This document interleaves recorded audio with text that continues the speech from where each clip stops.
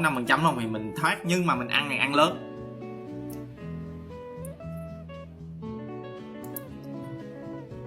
Thì hồi nãy anh có đưa cho em mã HD Bank á, nếu mà HD Bank là một mã bền.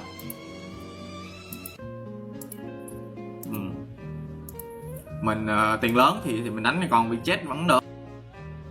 Em chờ tuần sau đi. Nếu bây giờ nha, mình chấp nhận nha, mình vào sau nhưng mà mình giao chặt.